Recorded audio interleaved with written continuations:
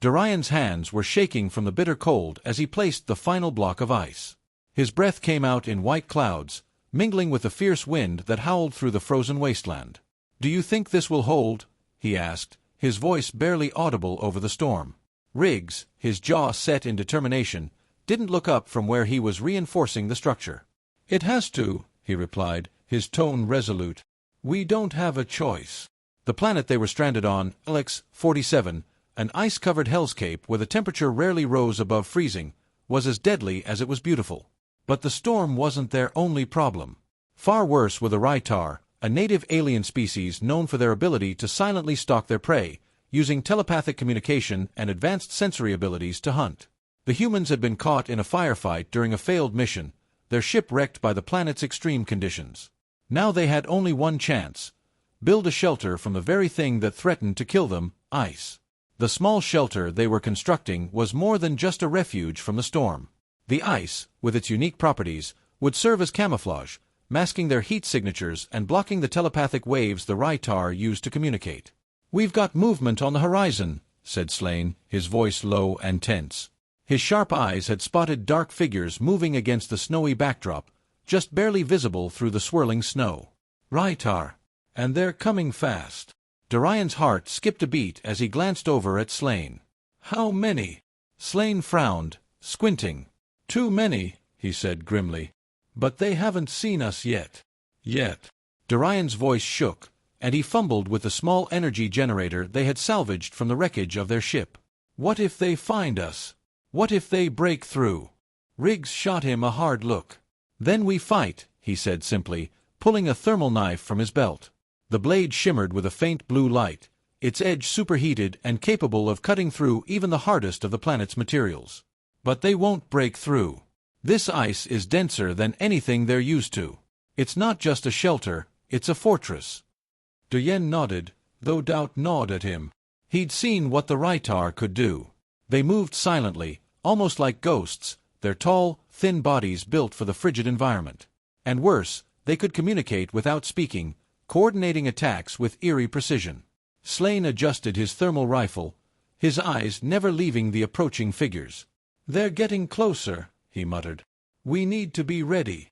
"Everyone to your positions," Riggs ordered, his voice steady and commanding despite the rising tension. "Dorian, is the power supply set?" Dorian gave a shaky nod. "It's ready. But the generator won't last long in this cold." "It just needs to last long enough," Riggs said, crouching low behind one of the ice walls. "If they get too close, we'll activate the defense grid. It should disrupt their telepathy long enough for us to take them down." Slane smirked, his grip tightening on his rifle. "I've been looking forward to this." The storm howled louder, as if the planet itself was warning them of the coming danger. The dark figures of the Raitar grew larger on the horizon, their long limbs and pale skin almost blending in with the snow. But the humans had something the Raitar didn't: desperation, and a fortress of ice that would be their shield. "They're not going to know what hit them," Riggs murmured, his eyes narrowing as the enemy closed in. The first of the Raitar came into view, moving with an unnatural silence, their tall frames casting eerie shadows against the ice. They didn't seem to notice the human shelter at all, their senses dulled by the storm and the cold. But they were close, too close. "Now," Riggs whispered. Dorian pressed the button, activating the small power generator. A hum of energy vibrated through the air, barely perceptible but enough to trigger the defenses they had rigged into the ice. High-frequency sound waves pulsed outward, designed to interfere with the Raitar's telepathic communication. It wasn't much, but it was enough. The nearest Raitar suddenly stumbled, its head jerking as if it had been struck by something invisible. The others stopped, momentarily confused. That was all the time Riggs and his team needed. "Fire!" Riggs barked. Slane and the others opened fire, their thermal weapons sizzling through the icy air, cutting through the confusion. The Raitar dropped one by one, their tall forms crumpling into the snow, unable to coordinate their attack in the face of the humans' sudden, brutal onslaught. Dorian's hands shook as he reloaded his blaster, his breath coming fast. "Did we get them all?" he asked, his voice barely a whisper. Riggs scanned the horizon, his eyes sharp. "For now," he said. "But they'll be back. And next time, they'll come in force." Slane wiped the sweat from his brow, even though the cold was biting. "Let them come," he said with a grin. "We'll be ready." The storm continued to rage outside, but inside the ice fortress, the humans had won their first battle. It wouldn't be their last. The storm outside howled even louder as night fell, enveloping their ice fortress in an endless white void. Inside, the atmosphere was thick with tension. The team huddled close, weapons ready, listening for any sign of movement beyond the ice walls. Though the initial attack had been repelled, Riggs knew the Rytar weren't done. They never were. Duryen paced nervously near the power generator, checking its flickering readouts. "The generator's running low," he muttered. "If it dies, we lose the defense grid. We won't be able to stop their telepathy." "We need to conserve it," Riggs said, his voice low but steady. "Only power it up when they're close. We'll have to rely on our senses until then." Slane, who had taken a seat near the entrance, kept his thermal rifle resting across his lap, ever alert. "They know we're here now," he said, his voice rough. "They'll come back smarter. Probably at night, under the cover of this storm. Do you think they'll try and break through the walls?" Duryen asked, his anxiety getting the better of him. His breath formed icy clouds in the frigid air, and he rubbed his gloved hands together in a futile attempt to stay warm. Riggs shook his head. "They know better than to try brute force. Their strength is in stealth and strategy. They'll look for a weakness, something we haven't thought of." "Great," Duryen mumbled, as if this place wasn't already a frozen death trap. Slane gave him a sidelong glance, a hint of a smile tugging at his lips. "You're still breathing, aren't you? That's better than most on this planet." Duryen rolled his eyes, but he couldn't argue. The storm outside was lethal, and the fact that they were still alive after days in this icy wasteland was nothing short of a miracle. But miracles didn't last long against an enemy like the Rytar. Suddenly, a faint tapping echoed through the ice walls. Everyone froze, their eyes snapping toward the source of the sound. Riggs raised a hand, signaling for silence. His sharp gaze flicked to Slane, who was already moving into position near the entrance. The tapping grew louder, more deliberate, as if something, or someone, was probing the structure. "They're testing us," Riggs whispered. "Trying to see if we react." Slane nodded, his grip tightening on his rifle. "They're getting bolder." Riggs glanced at Duryen. "Prepare the generator, but don't turn it on yet. Let's see if they get closer." Duryen swallowed hard, his fingers hovering over the controls. The tension in the room was suffocating. Every second felt like an eternity as they waited for the next move. The tapping stopped, replaced by an eerie silence. For a moment, it seemed like the Rytar had backed off. But then, without warning, a sharp cracking sound split the air. "They're hitting the north wall," Slane shouted, leaping to his feet. Riggs didn't hesitate. "Duryen, power the grid." "Now." Duryen's fingers scrambled to activate the generator, and within seconds, the hum of energy filled the air. A faint blue light pulsed through the walls as the defense system came online, emitting the same high-frequency waves that had disrupted the Rytar before. The cracking sound ceased instantly, followed by a muffled shriek. Outside, the Rytar must have been hit by the pulse, their telepathic link severed. "They're disoriented," Riggs said, peering through the narrow ice window they'd carved into the fortress. "But they won't stay that way for long. We need to make this count." Slane was already in motion, crouching low as he moved toward the north wall. "I'll take a team outside. Hit them while they're vulnerable." Riggs hesitated. "It's risky. The storm's still too strong." "Which is exactly why we need to do it now," Slane argued, his voice firm. "If we wait, they'll regroup and hit us harder. Out there, we've got the advantage. They can't see or hear in this weather any better than we can." Duryen looked between the two men, his heart racing. "Are you sure about this?" Slane grinned, a glint of excitement in his eyes. "I'm sure enough." Riggs gave a reluctant nod. "Fine. But keep it quick. We don't know how long the generator will hold." Slane grabbed his rifle and motioned to two others, Vex and Kara, to follow. The trio moved swiftly, exiting through a narrow crevice they had intentionally left unsealed, hidden from view by a snowdrift. Duryen watched them go, his stomach churning with a mix of fear and awe. He couldn't understand how Slane always managed to stay so calm in the face of danger. Minutes passed in tense silence. Inside the fortress, Duryen could feel the vibrations of the storm through the ice walls, each gust of wind a reminder of how fragile their situation was. Come on, come on.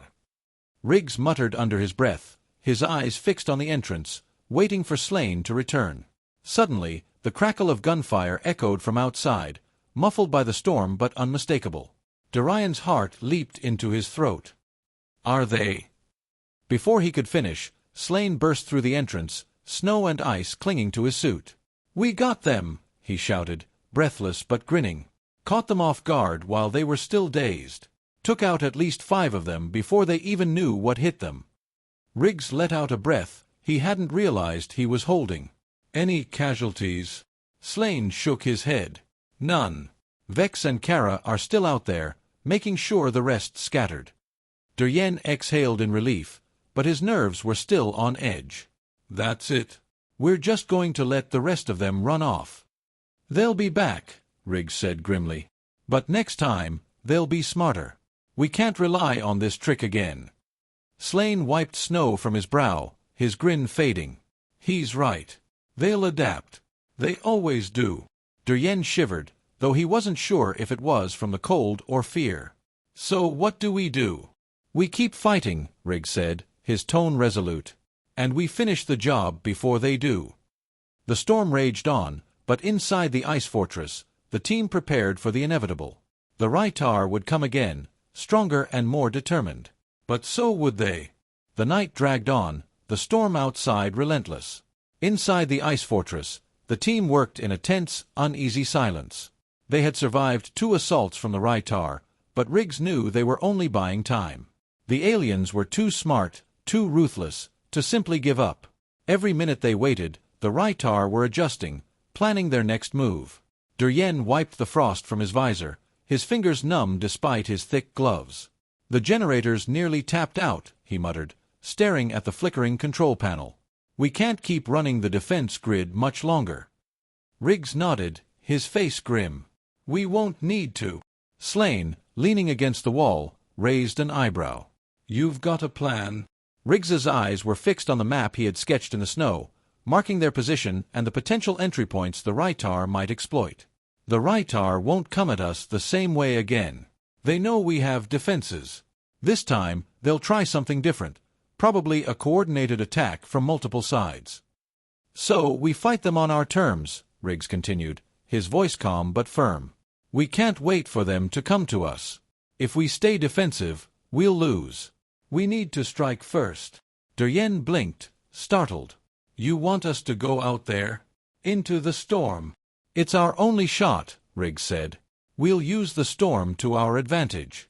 It'll blind them as much as it blinds us.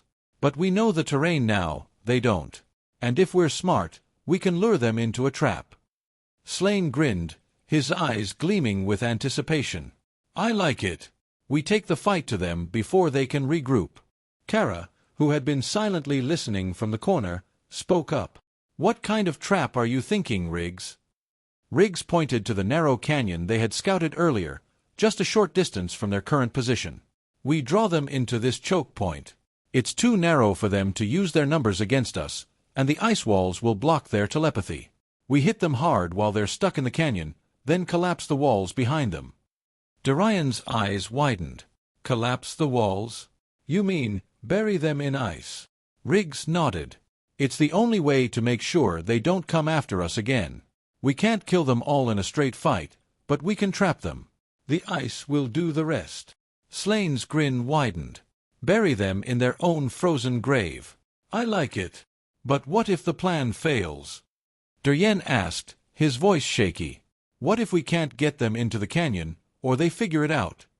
Riggs locked eyes with him, his voice steady. Then we improvise. But sitting here waiting for them to strike isn't an option. Duryen swallowed hard, nodding reluctantly. The weight of the decision pressed on all of them. But there was no other way. The team moved quickly, donning their thermal suits and gathering the last of their supplies. The storm outside was fierce, whipping snow and ice in every direction. Visibility was almost zero, but that was part of the plan. They were betting that the Raitar would be just as blind in the storm as they were. Riggs led the way, his instincts sharp as he navigated through the snowdrifts toward the canyon. "Keep close," he called over the wind. "We don't want to get separated." Slane was right behind him, scanning the horizon with his thermal scope. "No sign of them yet, but they're out here. I can feel it." Kara and Vex flanked Duryen, each of them carrying charges rigged to detonate on command. The plan was simple: lure the Raitar into the canyon, trigger the charges, and bring the ice walls down on top of them. As they reached the canyon's entrance, Riggs signaled for the team to take their positions. "Slane, Kara, with me. Duryen, you and Vex stay here with the detonators. As soon as we get them into the canyon, blow the charges."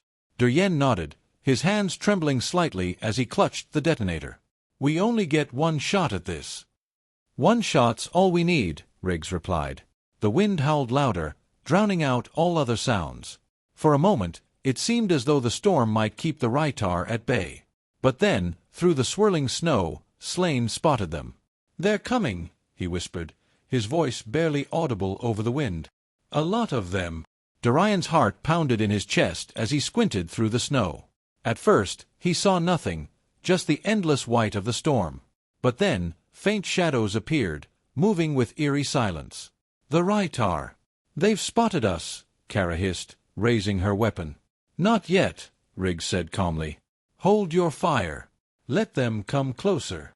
The Raitar moved in a coordinated formation, their tall, slender bodies gliding through the snow as if they were part of the storm itself.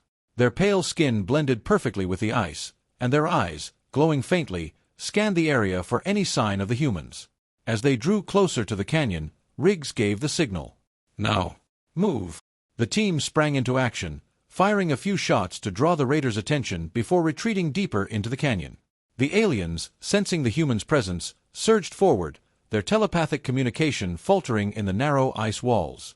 "They're in," Slane shouted. "Duryen now." Duryen's hands shook as he pressed the detonator. For a moment, nothing happened. Then, with a deafening roar, the charges went off, and the canyon walls exploded in a shower of ice and snow. The Raitar, caught in the blast, shrieked as the ice collapsed around them, burying them under tons of frozen debris. Their telepathic cries echoed briefly through the storm before falling silent. Duryen exhaled, his heart racing. "Did it work? Are they?" Slane grinned, peering into the wreckage. "They're gone. Buried under enough ice to keep them down for good." Riggs wiped the frost from his visor, his expression hard but satisfied. "It's over. We've done it." The team stood in the storm for a moment, the realization of their victory sinking in. They had survived. Against all odds, they had beaten the Raitar, using the very ice that had threatened to kill them. "Let's get back to the fortress," Riggs said finally, his voice carrying a weight of exhaustion and relief. "We need to prepare for extraction." As they made their way back through the storm, Duryen couldn't help but glance over his shoulder at the collapsed canyon. The Raitar were buried, but he knew this victory had come at a cost. They had survived, but the frozen wasteland had left its mark on all of them. I hope you had a good time.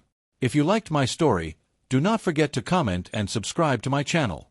Goodbye, see you in the next story.